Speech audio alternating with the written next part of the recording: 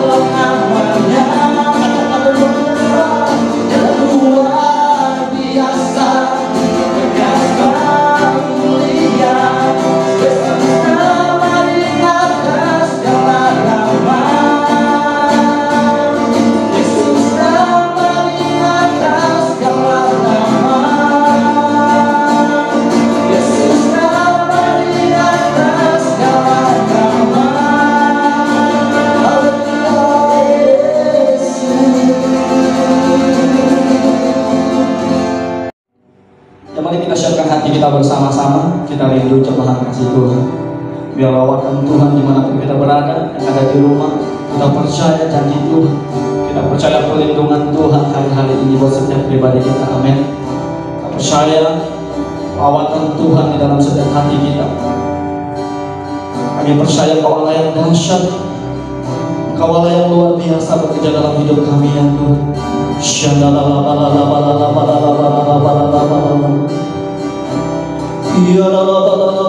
la la la ya shana la la la la oh shana la la la la la la la la la ya shana la la la la. Engkau Allah yang dahsyat yang kami sembah ya Tuhan. Engkau Allah yang kami agungkan, yang kami sembah. Shana la la la la ya shana la la la la la ya shana la la la la la la. Shana la la la la ya sendiri.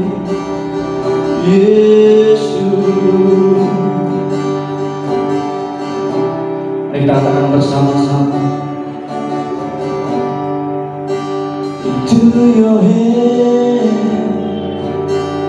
I commit again with all I am for you, Lord. You hold my world in the palm of your hand, and I am yours forever.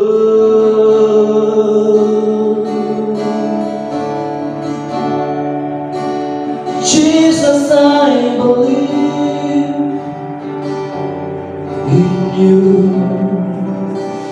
Jesus, I belong to you.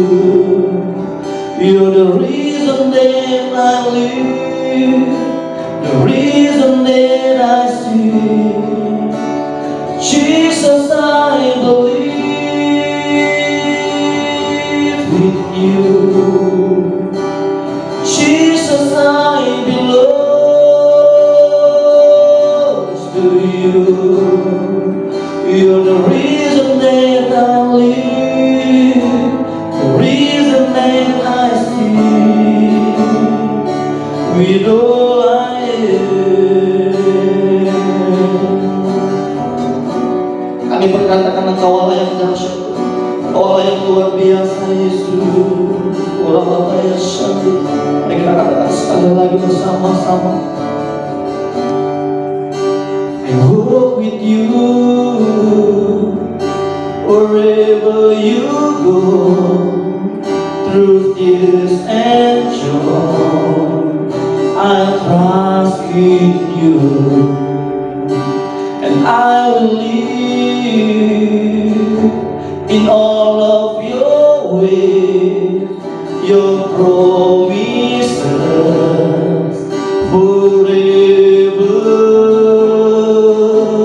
Jesus, I believe in you. Jesus, I believe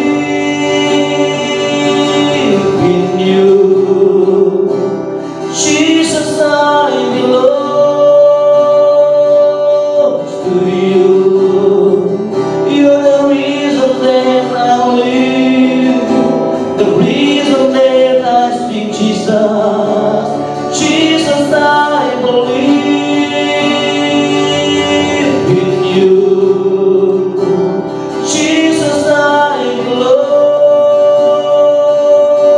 to you. You're the reason that I live, the reason that I see, you know I am.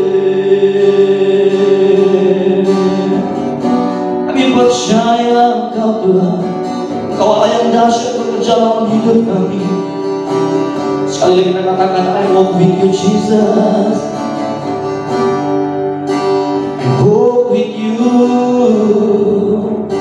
wherever you go, through tears and joy. I trust in you, and I will live in all of your ways, your promises forever.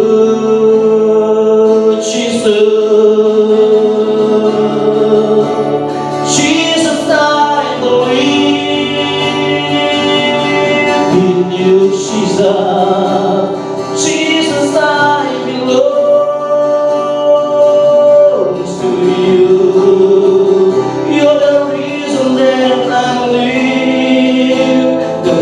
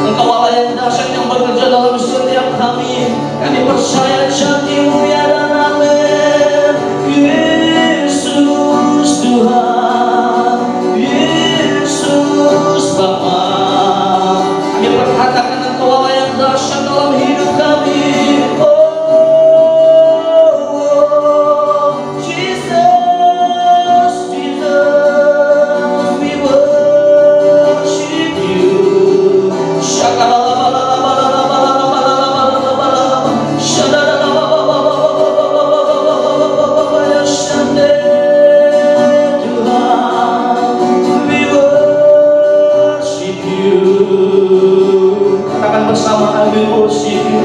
I will worship you. I will worship you. I will worship you.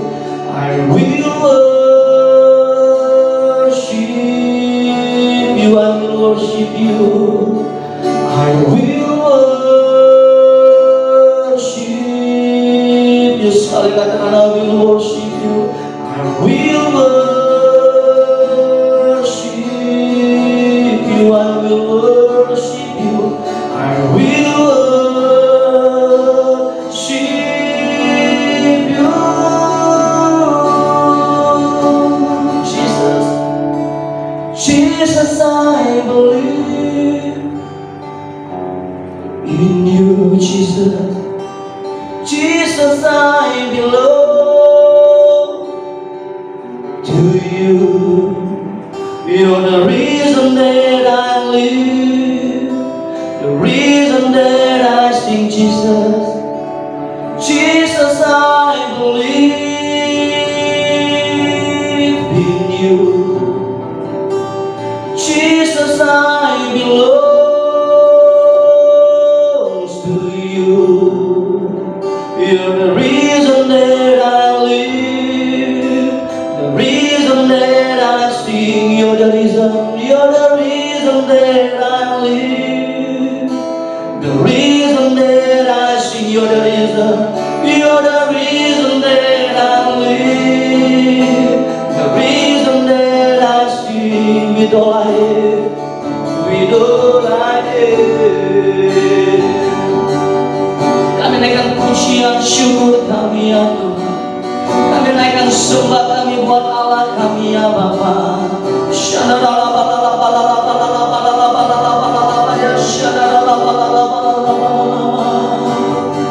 We worship you, we worship you.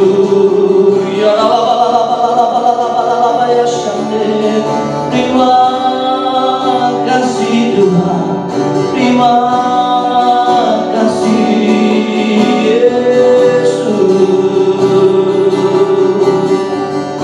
Mari kita katakan, so I bow to lift you high, Jesus, be glorified in all things. For my life, I am yours forever. Your soul I bow, Jesus.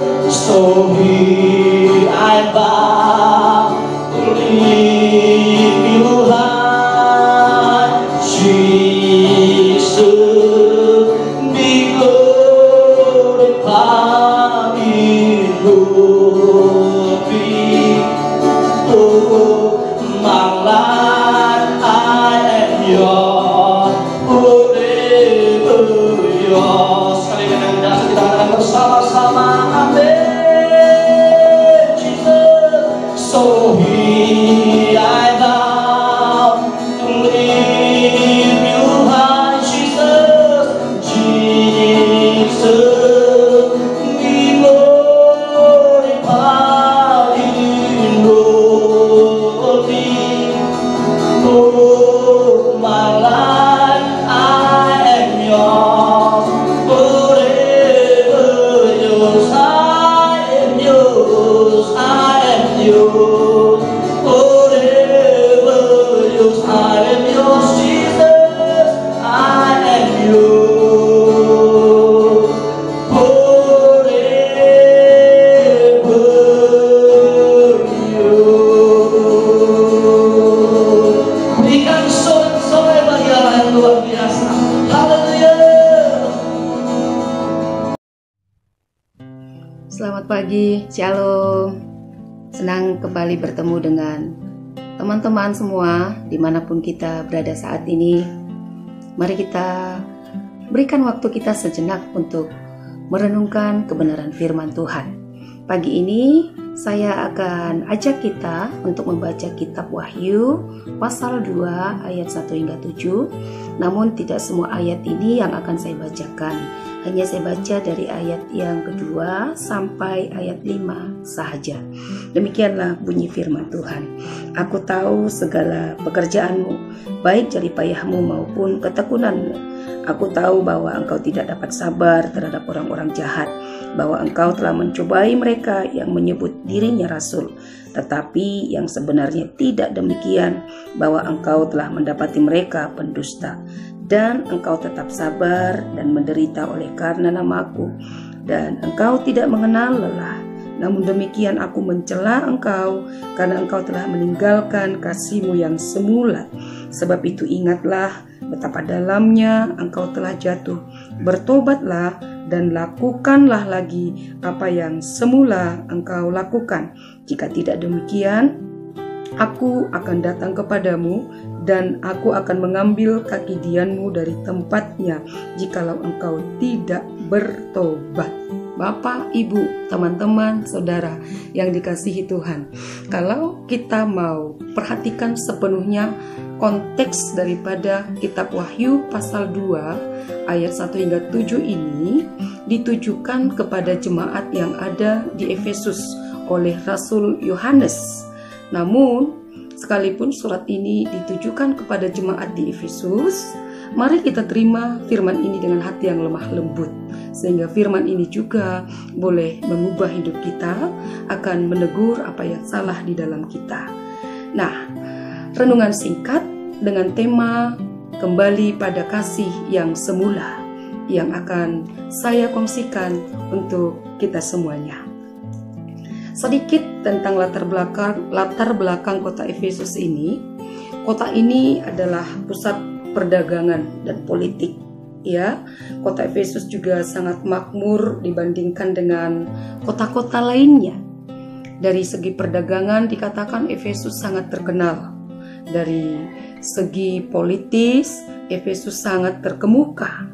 Kalau dilihat dari segi agama, di sana ada kuil Artemis yang adalah kebanggaan orang-orang Efesus. Mereka menyembah yang disebut dengan dewa kesuburan. Orang Efesus juga terikat dengan ilmu-ilmu gaib ataupun ilmu sihir. Dikatakan keadaan kota Efesus sangat luar biasa. Namun lewat anugerah Allah, karena Tuhan mengasihi semua bangsa, suku, kaum, dan bahasa, akhirnya melalui Rasul Paulus, Injil pun diberitakan di kota Efesus ini. Nah, kita kembali kepada pembacaan kita tadi. Bapak, Ibu, kalau kita melihat Wahyu 2 ayat 2, 3, dan 6, kita baca di sana sebenarnya Tuhan sangat memperhatikan jemaat Efesus ini. Ada banyak pujian yang Tuhan berikan kepada jemaat di sana. Pada awalnya Efesus mendapat pujian dari Tuhan. Mereka punya banyak kelebihan. Mereka punya banyak skill. Pujian Tuhan Yesus pada jemaat di Efesus mengatakan ketekunan mereka. Mereka sangat tekun dalam bekerja. Mereka berjerih lelah. Mereka sabar dalam menanggung penderitaan. Mereka aktif dalam melakukan kegiatan-kegiatan.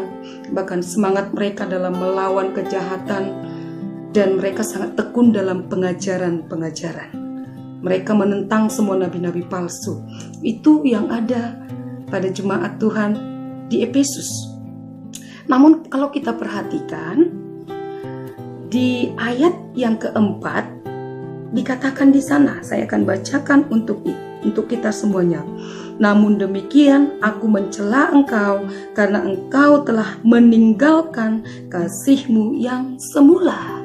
Ternyata Bapak Ibu, dalam ayat 4 ini dengan jelas Tuhan Yesus mengecam, mencela, mengkritik habis-habisan secara belak-belakan, secara terang-terangan.